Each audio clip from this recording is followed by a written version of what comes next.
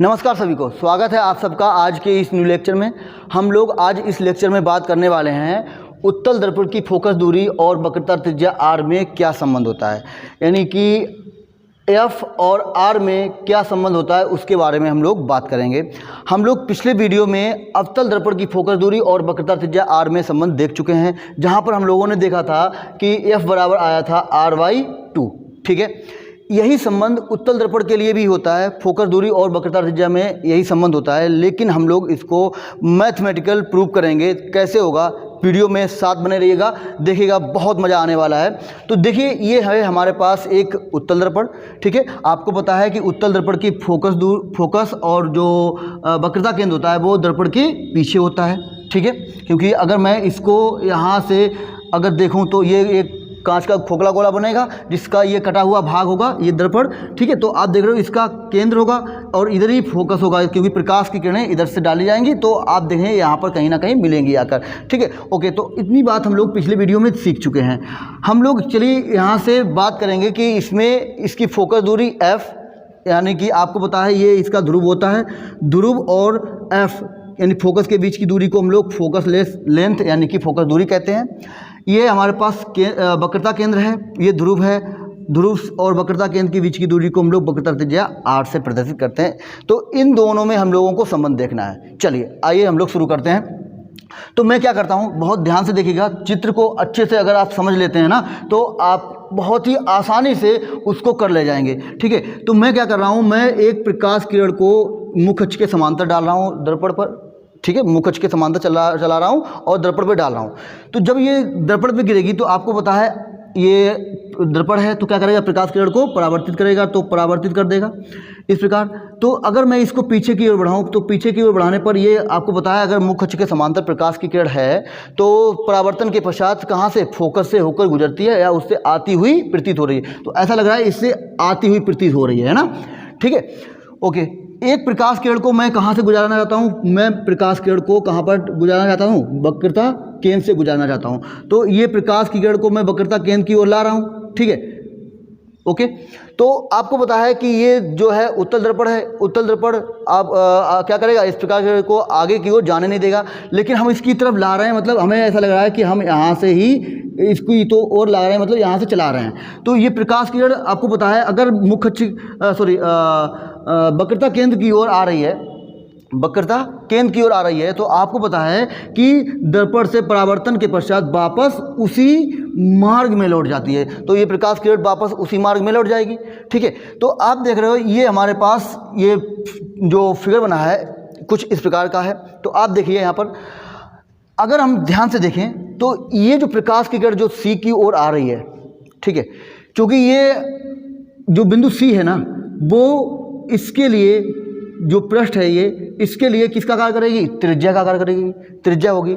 और आपको पता है कि अगर मैं यहाँ पर एक स्पर्श रेखा खींचूँ, यहाँ पर स्पर्श रेखा खींचूँ, तो आपको पता है कि किसी पृष्ठ पर, वक्र पृष्ठ पर अगर मैं केंद्र से उस पर स्पर्श रेखा पर रेखा खींचता हूँ तो वो रेखा उस पर लंब रेखा कहलाएगी। तो हमारे पास ये जो रेखा होगी ना, इस रेखा को मैं नाम दे रहा हूँ। मान लीजिए ये हमारे पास A थी, इस बिंदु पर टकराया, ये बिंदु M है, और ये हमारे पास रेखा परावर्तित हो गई है, वो P है, और ये जो है हमारे पास Q है। तो जो हमारे पास QMC जो रेखा है वो इस रेखा, ये रेखा जो होगी ना, इस पृष्ठ के लिए यानी कि उत्तल दर्पण के लिए किसका कार्य करेगी बेटा, किसका, अभिलंब का कार्य करेगी। किसका, अभिलंब का, क्योंकि ये जो CM रेखा है ना, CMQ रेखा, ये रेखा लंब रेखा होगी, तो ये अभिलंब का कार्य करेगी। अब जरा देखो यहाँ पर ध्यान से, ये आपतित किरण है, AM जो है आपतित किरण है, क्योंकि दर्पण की ओर डाली गई है, जा रही है। तो आपको पता है अभिलंब है, ये अभिलंब और आपतित किरण के बीच के कोण को हम लोग बोलते हैं आपतन कोण, तो जिसे हम लोग I से प्रदर्शित करते हैं। और बेटा ये हमारे पास जो PM रेखा या MP जो रेखा है ना, वो परावर्तित किरण है, ये अभिलंब है। अभिलंब और परावर्तित किरण के बीच के कोण को हम लोग परावर्तन कोण कहते हैं, जिसे हम लोग R से प्रदर्शित करते हैं। ठीक है, तो इतनी बात तो आपको इसमें अच्छे से क्लियर हो गई होगी, उम्मीद करते हैं। तो अगर हम ध्यान से देखें, अगर मैं यहाँ पर अब इसका यूज करूँ तो परावर्तन का नियम लगा सकता हूँ, क्योंकि परावर्तन हो रहा है। तो परावर्तन के नियम से अगर बात करें हम लोग, परावर्तन के नियम से परावर्तन के नियम से। आपको पता है परावर्तन के नियम से क्या होता है, कोण आई जो है वो कोण आर के बराबर होता है। ये हम लोग परावर्तन के नियम में पढ़े हुए हैं। तो एक्चुअली में अगर इस चित्र में हम ध्यान से देखें, इस चित्र में आखिर कोण आई है क्या, तो वो है ए एम क्यू। तो कोण आई जो है वो हमारे पास है ए एम क्यू बराबर कोण आर। अगर हम ध्यान से देखें तो कोण आर क्या है, पी एम क्यू। तो कोण आर जो है वो है पी एम क्यू। इसको मैं समीकरण 1 बोल दे रहा हूँ। ये बात आपको क्लियर हो गई है, ठीक है।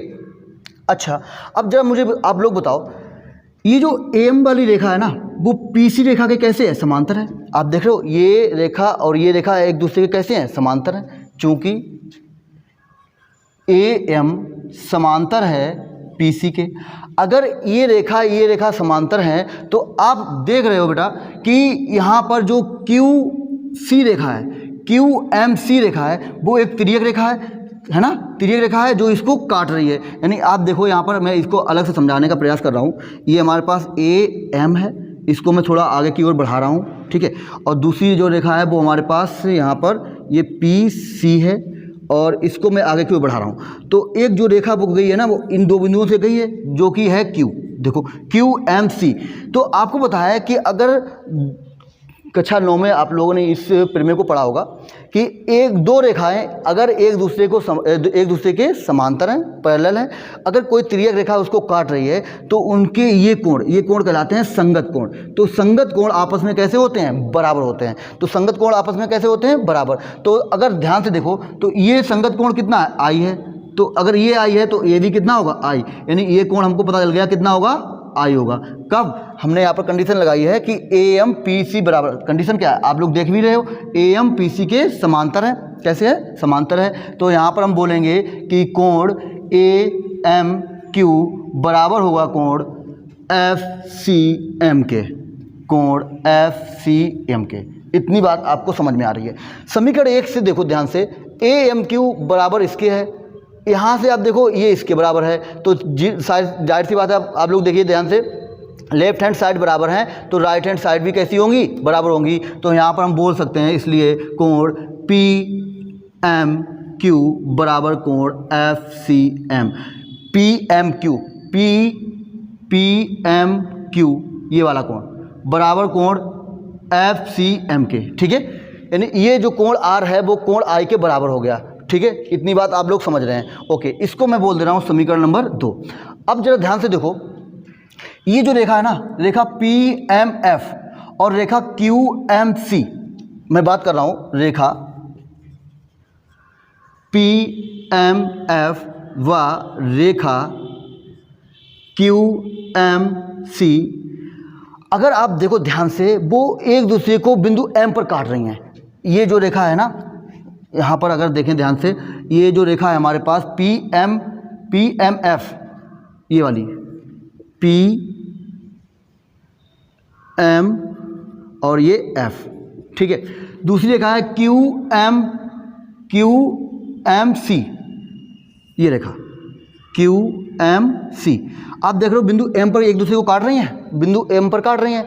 और अगर दो रेखाएं, कक्षा 9 में आप लोगों ने ये भी प्रमेय पढ़ी होगी कि यदि दो रेखाएं एक दूसरे को किसी बिंदु पर काटती हैं तो उनके ये जो कोण होते हैं ना, शीर्षाभिमुख, यानी कि देखो दोनों को ऐसा लग रहा है कि यहाँ पर कोण मिले हुए हैं, यानी कि खोपड़ी मिली हुई है, सिर मिले हुए हैं, सॉरी, ठीक है। तो ये कोण जो है ये इस कोण के कैसा होगा, बराबर होगा शीर्षाभिमुख। शीर्ष मिले हुए हैं यानी कि भिमुख मतलब भिड़े हुए हैं। तो आप देख रहे हो दोनों कोण एक दूसरे के भिड़े हुए हैं, यानी कि ये कोण कैसे होते हैं, बराबर होते हैं। समझ में आ गई बात। अच्छा, ये कोण एक्चुअली में है कितना, तो आप देख रहे हो ये कोण है आर, तो ये कोण भी कितना होगा, आर। यानी ये वाला जो कोण होगा ना, ये वाला कोण, ये कोण हमारे पास कितना आएगा निकल के, आर निकल के आएगा, ठीक है। तो अगर यहाँ पर देखें रेखा पी एम एफ व रेखा क्यू एम सी, ठीक है, ये वाली रेखाएं एक दूसरे को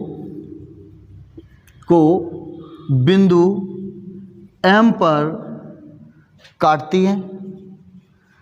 अगर काट रही हैं तो हम यहाँ पर क्या बोल सकते हैं कि कोण पी एम क्यू बराबर कोण एफ एम सी, कोण एफ एम सी, ये बराबर हो जाएंगे। इसको मैं समीकरण 3 बोल दे रहा हूँ। तो आप जरा ध्यान से देखो समीकरण 2 और 3 की तरफ।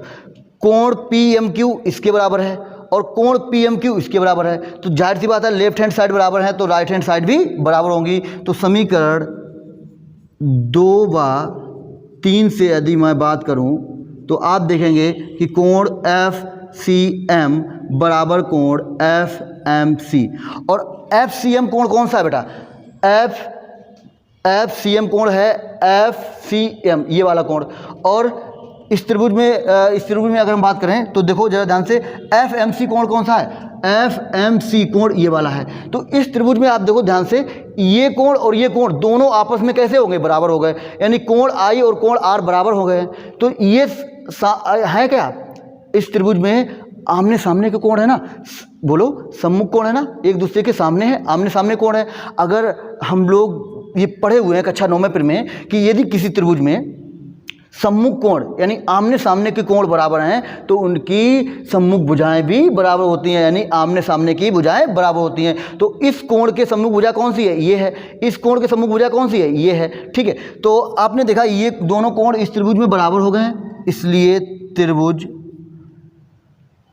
FCM में अगर हम बात करें तो आप देख रहे हो कि यहाँ पर ये दोनों कोण बराबर हो चुके हैं, तो ये भुजा आपस में कैसी होंगी? बराबर होंगी। तो आप देखोगे कि FC बराबर FM, ठीक है, ये भुजा और ये भुजा आपस में कैसी हो जाएंगी? बराबर, क्योंकि इसके सम्मुख भुजा ये है, इस कोण के सम्मुख भुजा ये है, तो ये दोनों आपस में कैसे हो जाएंगे? बराबर हो जाएंगे, क्योंकि ये कोण आपस में बराबर हैं। ये प्रमेय हम लोगों ने कक्षा 9 में पढ़ी थी। ठीक है, अब देखो ध्यान से, यदि दर्पण मान लीजिए, यदि दर्पण यहाँ पर बहुत ही छोटा है, हम दर्पण कैसा होता है? बहुत ही छोटा होता है। तो जब दर्पण छोटा हो जाएगा तो आप देखोगे कि जो बिंदु M है वो उठ के कहाँ आ जाएगा? लगभग बिंदु P पर आ जाएगा। मतलब कि जो आपके पास जो ये PC बिंदु है और ये जो रेखा है यानी कि MC जो रेखा है, ये बिंदु जो M है वो उठ के कहाँ आ जाएगा? यहाँ पर आ जाएगा। यानी ये दोनों रेखाएं एक दूसरे के ऊपर आ जाएंगी, यानी बिंदु M जो है वो P पर आ जाएगा। ठीक है, तो उस केस में क्या हो जाएगा? उस केस में आप देखोगे जब बिंदु M उठ के P पर आ जाएगा तो जो PC रेखा है ना वो MC रेखा, दोनों एक दूसरे से कैसे हो जाएंगी? बराबर हो जाएंगी। और साथ ही साथ जो F है ना, FM रेखा है, वो भी उठ के, चूंकि बिंदु PM जो है वो P पर आ चुका होगा, तो उस केस में PF या FP वो किसके बराबर हो जाएगा?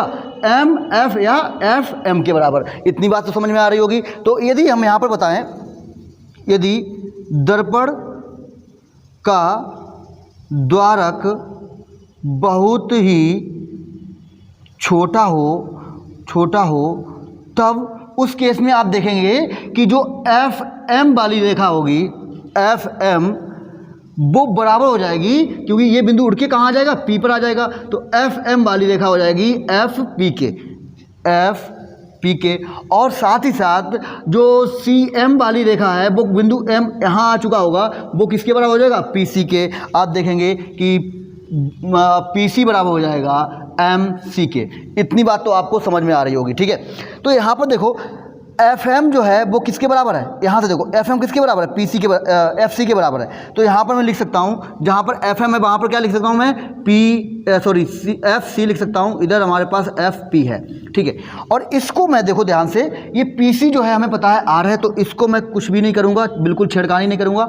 MC हमको नहीं पता है, इसको मैं लिख सकता हूँ क्या? ये चूँकि यहाँ पर आ चुका है तो ये इसके बराबर हो चुका है, तो इसको मैं लिख सकता हूँ PF plus FC। PF plus FC, ये बात तो आपको क्लियर हो गई होगी। ठीक है, तो यहाँ पर देखिए ध्यान से, PC बराबर PF क्या है? PF हमको पता है F है, तो हम इसको छेड़ेंगे नहीं। प्लस FC क्या है? FC हमको पता है, नहीं पता है। तो FC अगर आप ध्यान से देखें, FC किसके बराबर है? FP के बराबर है। तो जहाँ FP है, FC है, वहाँ पर मैं FP लिख सकता हूँ, तो ये FP हो जाएगा। ठीक है, तो देखो ध्यान से, PF और FP दूरियां हैं क्या? दोनों बराबर है ना, तो ये कितना हो जाएगा? ये दोनों दूरी आपस में बराबर हो जाएंगी। या चलो हम लोग यहाँ पर वैल्यू रखते हैं, चलो वैल्यू रखते हैं हम लोग यहाँ पर। तो PC क्या है? PC हमें पता है R है। ध्यान रखिएगा, जब भी हम लोग वैल्यू पुट करते हैं ना, तो वैल्यू पुट करते समय हमें चिन्ह का विशेष तौर पे ध्यान देना होता है। यही सबसे बड़ी चीज़ है जो बच्चे गलती कर देते हैं, यहाँ पर सीधी वैल्यू रख देते हैं और इस वजह से उनका आंसर गलत आ जाता है। तो देखो ध्यान से, हमने आपको बताया था कि सभी दूरियां हम लोग कहाँ से मापते हैं बेटा? ध्रुव से मापते हैं, दर्पण के ध्रुव से मापेंगे।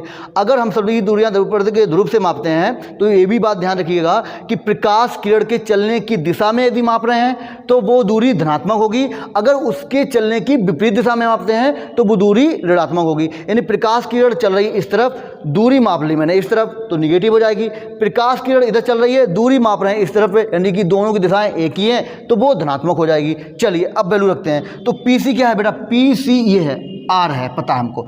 तो हम लोग ध्रुव से मापेंगे, हम चलेंगे इस तरफ चल रहे हैं, प्रकाश किरण भी इधर चल रही है, देखो दर्पण की ओर इधर आ रही है, प्रकाश किरण इधर, दूरी भी इधर ले रहे हैं, तो किस साइन के साथ होगी, किस साइन के साथ होगी, पॉजिटिव। सुन लिया मैंने, बिल्कुल सही, ये होगा R, क्योंकि R ये दूरी है कितनी, R, तो प्लस R हो जाएगा। PF देखो, PF बेटा क्या है, F है, दूरी हम लोग ध्रुव से मापेंगे, यहाँ से मापेंगे, F की तरफ चलो, तो F की तरफ चल रहे हैं, यानी कि इस तरफ चल रहे हैं, प्रकाश किरण भी इधर चल रही है, दूरी भी इधर माप रहे हैं, प्रकाश किरण भी इधर है, दोनों एक साथ जा रही हैं, तो ये कैसी होगी, प्लस की होगी, तो ये भी प्लस F बन जाएगा। ठीक है, प्लस यहाँ पर देखो ध्यान से आप लोग, यहाँ पर देखो FP मतलब यही दूरी है ना, हम लोग P से मापेंगे, P से मापेंगे तो F की तरफ चलो, F की तरफ चल रहे हैं, तो आप देख रहे हो हम इधर चल रहे हैं, प्रकाश किरण भी इधर चल रही है, दूरी भी इधर, प्रकाश किरण भी इधर, तो किस साइन के साथ, प्लस साइन के साथ, तो ये हो जाएगा प्लस का F। तो आप देखेंगे इधर R, इधर ये F प्लस F, यानी कि F प्लस F 2F, तो R बराबर आ गया हमारे पास 2F, या बोले तो F बराबर R/2। तो आपने देखा यही संबंध हम लोगों ने अवतल दर्पण के लिए भी निकाला था, क्या, F बराबर R/2 या R बराबर 2F। ठीक है, तो उम्मीद करते हैं कि आपको उत्तल दर्पण की जो फोकस दूरी F और वक्रता त्रिज्या R में जो संबंध निकाला हम लोगों ने वो अच्छे से क्लियर हो गया होगा। ठीक है, नेक्स्ट वीडियो में हम लोग बात करेंगे कि दर्पण सूत्र क्या होता है, यानी कि दर्पण सूत्र मतलब UVF में संबंध, दर्पण के लिए UVF में संबंध देखेंगे। Okay, thank you.